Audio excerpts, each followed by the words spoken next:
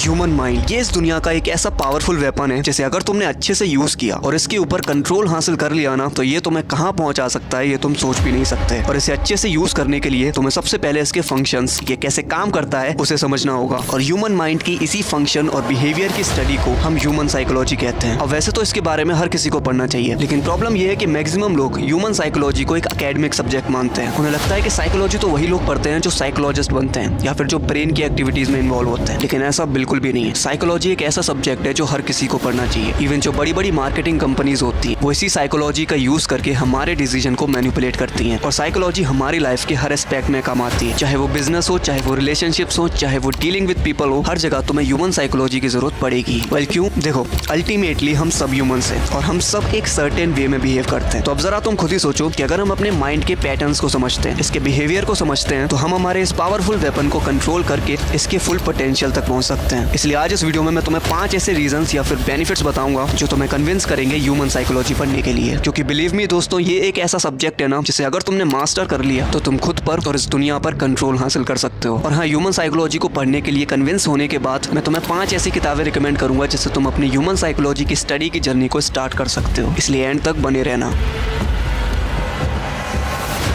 Reason number 1, to understand ourselves. Human psychology पढ़ने से हम हमारे थॉट्स, इमोशंस और बिलीव्स के मिरर रिफ्लेक्शन को देख पाते हैं। हम ये समझ पाते हैं कि हम जैसा बिहेव करते हैं वो क्यों करते हैं। और ये चीज़ बड़ी ही पावरफुल है, क्योंकि अगर तुम ये समझते हो कि तुम किसी भी सिचुएशन में जो भी एक्शन लेते हो वो क्यों लेते हो, क्यों ऐसा बिहेव करते हो, तो तुम नेक्स्ट टाइम अपने बिहेवियर को कंट्रोल करके उसे पॉजिटिव डायरेक्शन में भी ले जा सकते हो। नहीं समझ में आया ना? तो डरो मत, चलो एग्जाम्पल से देखो। हम में से मैक्सिमम लोग घर पे तो शेर बन के कुछ भी बोल देंगे, लेकिन जब बारी आती है स्टेज पर कई सारे लोगों के सामने बोलने की, तो हमारी बोलती बंद हो जाती है। और इसके पीछे कई साइकोलॉजिकल रीजंस हैं। तो अब इमेजिन करो कि अगर तुम उन रीजंस को समझते हो, तुम ये समझते हो कि स्टेज पर जाने से तुम्हारे ब्रेन में क्या बिहेवियर पैदा होते हैं, तो नेक्स्ट टाइम तुम इस चीज को कंट्रोल भी कर सकते हो। और सिर्फ यही नहीं, अगर तुम अपने दिमाग के पैटर्न्स को समझते हो, खुद को समझते हो, तो तुम अपनी इस लाइफ को चेंज भी कर सकते हो। और मैं ये हवा में नहीं कह रहा हूँ। ओफ्रा विनफ्रे, जो एक फेमस अमेरिकन होस्ट और एक टेलीविजन प्रोड्यूसर है, इनका बचपन काफी चैलेंजिंग रहा था और सालों तक ये डिप्रेशन में भी रही है। लेकिन ह्यूमन साइकोलॉजी के कुछ प्रिंसिपल्स की मदद से इन्होंने अपनी लाइफ को पूरी तरह से चेंज किया है। और इंटरनेट पर तुम्हें बहुत सारे एग्जाम्पल्स ऐसे मिल जाएंगे जहां पर ह्यूमन साइकोलॉजी की मदद से लोगों ने अपनी लाइफ चेंज की है। Reason number 2, to become emotional intelligent. हम ह्यूमंस एक इमोशनल एनिमल्स हैं जिसमें कई सारे इमोशंस भरे पड़े हैं। और हम अपनी लाइफ में क्या और कितना अचीव करेंगे ये इस बात पर डिपेंड करता है कि हम अपने इमोशंस को कैसे यूज करते हैं। क्योंकि हर रोज हमें कई सारी ऐसे सिचुएशन से डील करना पड़ता है जहां पर हमारे इमोशंस हम पर हावी हो जाते हैं और हमसे वो करवाने लगते हैं जो हम लॉजिकली तो नहीं करना चाहते, लेकिन इमोशंस में बहकर कर जाते हैं। फॉर एग्जाम्पल, जब सुबह जल्दी उठना होता है और अलार्म बजता है, तो लॉजिक तो कहता है कि उठ जा, लेकिन इमोशंस कहते हैं सो जा बाबू,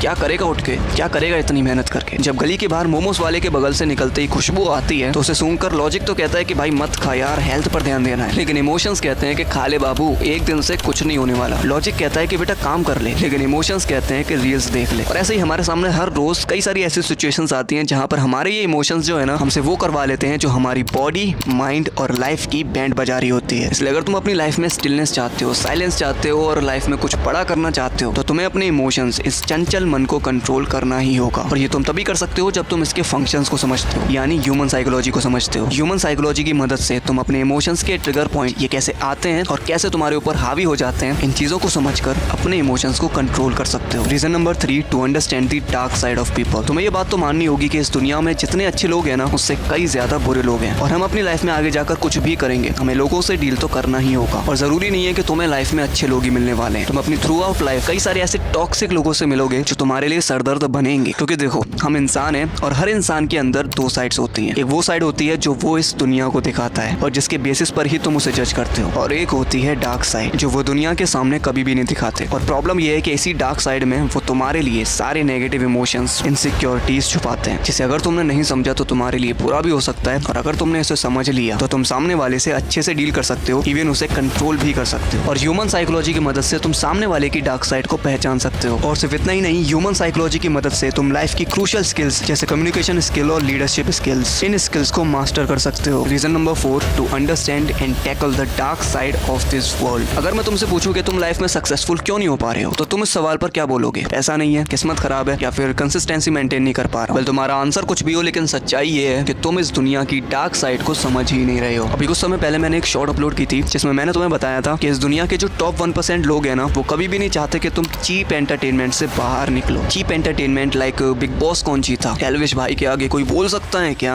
नागिन कौन है, इस एक्ट्रेस ने क्या पहना, क्या खाया, क्या पिया, विराट कोहली ने कितने रन बनाए, शुभमन गिल क्यों नहीं खेल पा रहा है, बारिश बरखा भी जूली, ये सब क्या है? तुम्हें लगता है ये सब तुम खुद देखते हो, या फिर इन चीजों को देखना या ना देखना तुम्हारे कंट्रोल में? अगर तुम ऐसा सोचते हो तो बिल्कुल गलत हो, क्योंकि ऐसा बिल्कुल भी नहीं है मेरे दोस्त। ये चीप एंटरटेनमेंट, फालतू की रील्स, फालतू की मीम्स तुम्हें जानबूझकर दिखाया जाता है। विश्वास नहीं हो रहा तो इंस्टाग्राम खोलकर देखो, फेसबुक खोलकर देखो, तुम्हें उसमें क्या दिखता है? तुम जब पहली बार इंस्टाग्राम के उस सर्च बटन पर जाते हो तो तुम क्या देखते हो? तुम्हें सबसे पहले वो टॉक्सिक चीजें ही तो दिखाई जाती हैं। तुम रील्स के ऑप्शन पर जाओ, 1-2 घंटे से पहले वापस नहीं आने वाले। तो ऐसा क्यों हो रहा है? तुम्हें क्या लगता है तुम कंट्रोल कर रहे हो इसे? ऐसा बिल्कुल भी नहीं है भाई। ये जितने भी एप्स तुम चलाते हो ना, चाहे वो इंस्टाग्राम हो गया, फेसबुक हो गया, अब तो यूट्यूब भी हो रहा है, इनके एल्गोरिथम को, इनके सेटिंग्स को ही कुछ इस तरह से डिजाइन किया गया है जिससे तुम इस चीज में फंसोगे ही फंसोगे। इन्हें बनाने वाली जो कंपनियां है ना, इन्होंने कई सारे अपने पैसे खर्च किए हैं हमारी साइकोलॉजी को समझने में। इनकी कई सारी साइकोलॉजिस्ट की टीम ने साइकोलॉजिकल रिसर्च करी ह्यूमंस के ऊपर कि हम किस चीज से ज्यादा अट्रैक्ट होते हैं, किस चीज से ज्यादा एडिक्टिव बनते हैं। तो इसलिए ये जो एप्स है ना, बस तुम्हारी साइकोलॉजी से खेलते हैं और इसीलिए तुम इसमें फंस जाते हो। तो इसलिए वो टॉप 1% लोग तो कभी चाहेंगे ही नहीं कि तुम इस चीज से बाहर निकलो, क्योंकि जिस दिन तुमने इनके बारे में पढ़ना शुरू कर दिया, डीप कंसेप्ट्स के बारे में पढ़ना शुरू कर दिया, लाइक फिलोसफी, साइकोलॉजी, मनी, तो इन लोगों का अस्तित्व खतरे में आ जाए। क्योंकि जो इंसान इन डीप कंसेप्ट्स को समझता है ना, वो सवाल करेगा, और इस दुनिया में वही लोग जीतते हैं जो सवाल करना जानते हैं, जिनकी थिंकिंग रैशनल होती है। और ये रैशनल थिंकिंग तुम तभी डेवलप कर सकते हो जब तुम ह्यूमन साइकोलॉजी और इन डीप कंसेप्ट्स को समझते हो। Reason number 5 to understand deep concepts of mind. तुम्हें पता है हमारा माइंड एक ऐसा मिस्टीरियस ऑब्जेक्ट है जिसके अंदर इतनी सारी मिस्ट्रीज छुपी हुई हैं जिसे आज तक साइंटिस्ट भी नहीं सॉल्व कर पाए हैं। और सबसे बड़ी मिस्ट्री तो हमारा ये सबकॉन्शियस माइंड है, जो कि इतना पावरफुल है जिसकी मदद से तुम कुछ भी अचीव कर सकते हो। लेकिन वो तभी होगा जब तुम इसके फंक्शन को समझते हो, तुम ये समझते हो कि ये कैसे काम करता है। इसलिए जब तुम ह्यूमन साइकोलॉजी पढ़ते हो ना, तो तुम अपने दिमाग के कुछ डीप कंसेप्ट्स को समझते हो, like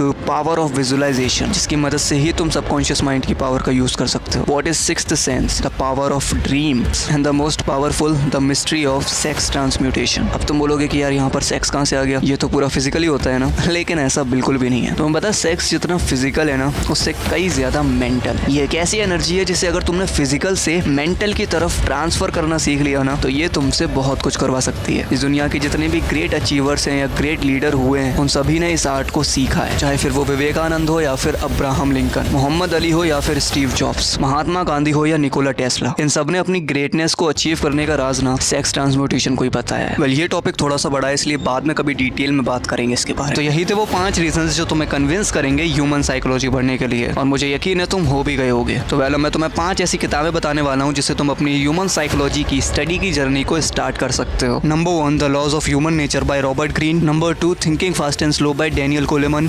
number 3, Sapiens by Yuval Noah Harari. Number 4, the power of your subconscious mind by Joseph Murphy. And number 5, think and grow rich by Napoleon Hill. अब अगर तुम्हें ये वीडियो पावरफुल लगी और थोड़ा सा भी तुमने सीखा हो कुछ, तो एक लाइक जरूर ठोकना और सब्सक्राइब कर ही जाना, और शेयर करो इस वीडियो को अपने जैसे ही यंग लोगों के साथ, ताकि वो भी ह्यूमन साइकोलॉजी को पढ़ने की इंपॉर्टेंस को समझ सकें। मिलते हैं तुमसे अगली वीडियो में, तब तक के लिए जय हिंद।